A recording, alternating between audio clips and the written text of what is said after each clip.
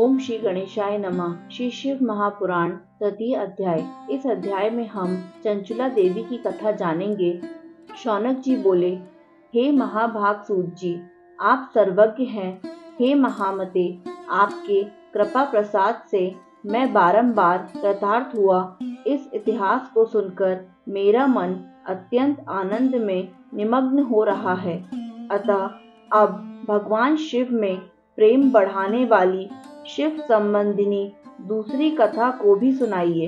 अमृत पीने वालों को लोक में कहीं मुक्ति नहीं प्राप्त होती है, किंतु भगवान शंकर के कथा अमृत पान तो प्रत्यक्ष ही मुक्ति देने वाला है। सदाशिव की जिस कथा के सुनने मात्र से मनुष्य शिव लोक प्राप्त कर लेता है, वह कथा धन्य है और कथा का श्रवण कराने वाले आप भी धन्य हैं।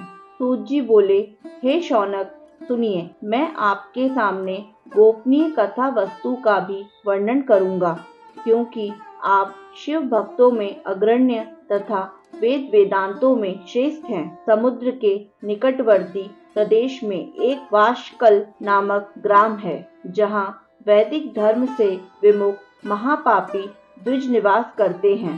वे सब के सब बड़े दुष्ट हैं। उनका मन दूषित विषय भोगों में ही लगा रहता है। वे न देवताओं पर विश्वास करते हैं, न भाग्य पर। वे सभी कुटिल वृत्ति वाले हैं। किसानी करते और भांति भांति के घातक अस्त्र शस्त्र रखते हैं। वे पर स्त्री गमन करने वाले और खल हैं। ज्ञान, वैराग्य तथा सद्धर्म को वे बिल्कुल नहीं जानते। वे सभी पशु बुद्धि वाले हैं और सदा दूषित बातों को सुनने में संलग्न रहते हैं। जहाँ के द्विज ऐसे हों, वहाँ के अन्य वर्णों के विषयों में क्या कहा जाए। अन्य वर्णों के लोग भी उनकी ही भांति कुत्सित विचार रखने वाले, स्वधर्म विमुख एवं खल हैं। वे सदा कुकर्म में लगे रहते हैं और नित्य विषय भोगों में ही डूबे रहते हैं। वहाँ की सब स्त्रियां भी कुटिल स्वभाव की, स्वेच्छाचारिणी, पापासक्त, कुत्सित विचार वाली और वे विचारिणी हैं। वे सद्व्यवहार तथा सदाचार से सर्वथा शून्य हैं। कुंजनों के निवास स्थान उस वाशकल नामक ग्राम में इसी समय एक बिंदुक नामधारी ब्राह्मण रहता था। वह बड़ा अधम था। वह दुरात्मा और महापापी था। यद्यपि उसकी स्त्री बड़ी सुंदर थी, तो भी वह कुमार्ग पर ही चलता था। काम वासना से कलुषित चित्त वह वैश्यागामी था। उसकी पत्नी का नाम चंचुला था। वह सदा उत्तम धर्म के पालन में लगी रहती थी, तो भी उसे छोड़कर वह दुष्ट ब्राह्मण कामासक्त होकर वैश्यागामी हो गया था। इस तरह कुकर्म में लगे हुए उस बिंदुक के बहुत वर्ष व्यतीत हो गए। उसकी स्त्री चंचुला काम से पीड़ित होने पर भी स्वधर्म नाश के भय से कलेश सहकर भी धर्म काल तक धर्म से भ्रष्ट नहीं हुई, परंतु दुराचारी पति के आचरण से प्रभावित होने के कारण काम पीड़ित हो आगे चलकर वह स्त्री भी दुराचारी हो गई। भ्रष्ट चरित्र वाली वह कुमार्गामिनी अपने पति की दृष्टि बचाकर रात्रि में चोरी छिपे अन्य पापी जार पुरुषों के साथ रमण करने लगी। हे मुनि, एक बार उस ब्राह्मण ने अपने उस दुराचारिणी पत्नी चंचुला को कामासक्त हो पर पुरुषों के साथ रात्रि में संसर्गत देख लिया। उस दुष्ट तथा दुराचार में आसक्त मन वाली पत्नी को रात में पर पुरुष के साथ व्यभिचारत देखकर वह क्रोध पूर्वक वेग से दौड़ा। उस दुष्ट बिंदुक को घर में आया जानकर वह कपटी व्यभिचारी तेजी से भाग गया। तब वह दुष्टात्मा बिंदुक अपनी पत्नी को पकड़कर उसे डांटता हुआ मुक्कों से बार बार पीटने लगा।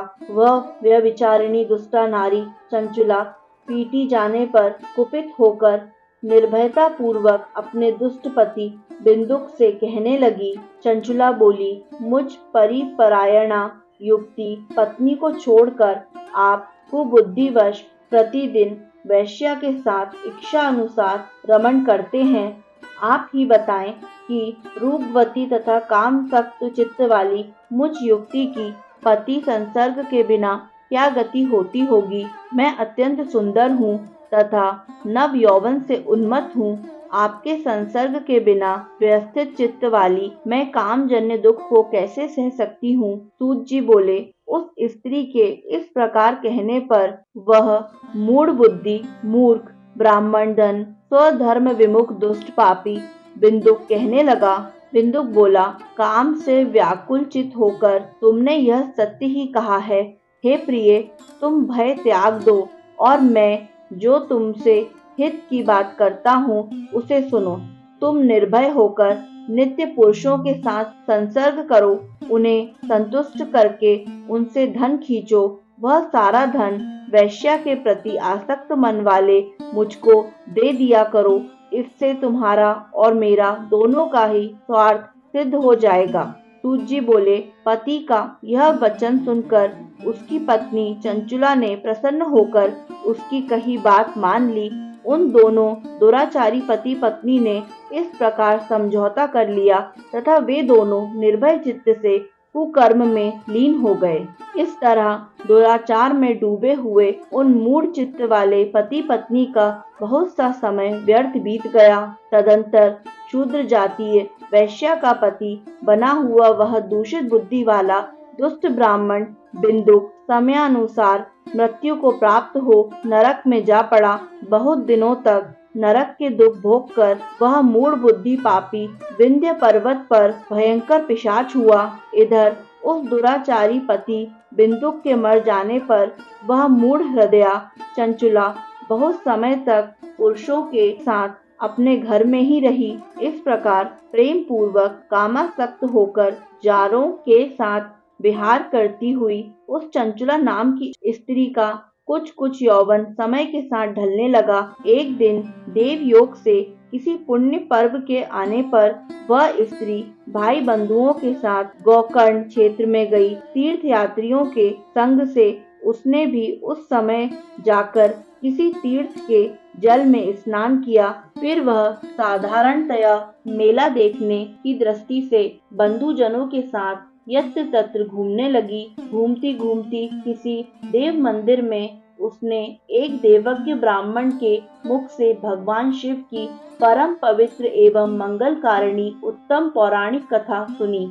कथावाचक ब्राह्मण कह रहे थे कि जो स्त्रियां पर पुरुषों के साथ व्यभिचार करती हैं, वे मरने के बाद जब यमलोक में जाती हैं, तब यमराज के दूत उनकी योनियों में तपे हुए लोहे का परिघ डालते हैं। पौराणिक ब्राह्मण के मुख से यह वैराग्य बढ़ाने वाली कथा सुनकर चंचुला भय से व्याकुल हो गई। चंचुला भय से व्याकुल हो वहां कांपने लगी। जब कथा समाप्त हुई और लोग वहां से बाहर चले गए, तब वह भयभीत नारी एकांत में शिव पुराण की कथा बाँचने वाले उन ब्राह्मण से कहने लगी। चंचुला ने कहा, ब्राह्मण, मैं अपने धर्म को नहीं जानती थी, इसलिए मेरे द्वारा बड़ा दुराचार हुआ है। स्वामिन, इसे सुनकर मेरे ऊपर अनुपम कृपा करके आप मेरा उद्धार कीजिए। हे प्रभु, मैंने मूढ़ बुद्धि के कारण घोर पाप किया है। मैंने कामांध होकर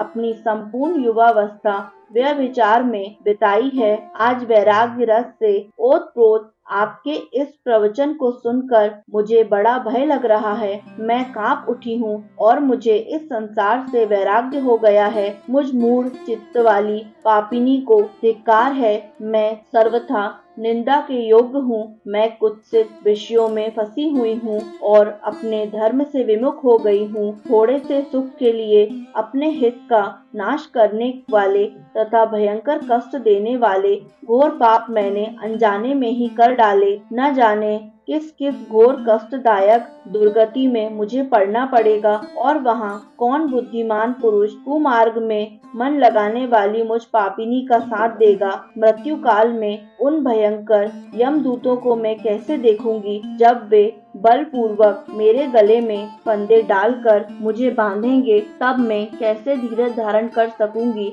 नरक में जब मेरे शरीर के टुकड़े टुकड़े किए जाएंगे, उस समय विशेष दुख देने वाली उस महायातनाओं को मैं वहाँ कैसे सहूंगी। दुख और शोक से ग्रस्त होकर मैं दिन में सहज इंद्रिय व्यापार और रात्रि में नींद कैसे प्राप्त कर सकूंगी। मैं मारी गई, मैं जल गई, मेरा हृदय विदीर्ण हो गया और मैं सब प्रकार से नष्ट हो गई, क्योंकि मैं हर तरह से पापों में ही डूबी रही हूँ। हाय विधाता, मुझ पापिनी को आपने हठात ऐसी दुर्बुद्धि क्यों दे दी, जो सभी प्रकार का सुख देने वाले स्वधर्म से दूर कर देती है। हे द्विज, शूल से बिधा हुआ व्यक्ति ऊंचे पर्वत शिखर से गिरने पर जैसा घोर कष्ट पाता है, उससे भी करोड़ गुना कष्ट मुझे है। सैकड़ों अश्वमेध यज्ञ करके अथवा सैकड़ों वर्षों तक गंगा स्नान करने पर भी मेरे घोर पापों की शुद्धि संभव नहीं दिखती। मैं क्या करूं, कहाँ जाऊं और किसका आश्रय लूं। मुझ नरकगामिनी की इस संसार में कौन रक्षा करेगा।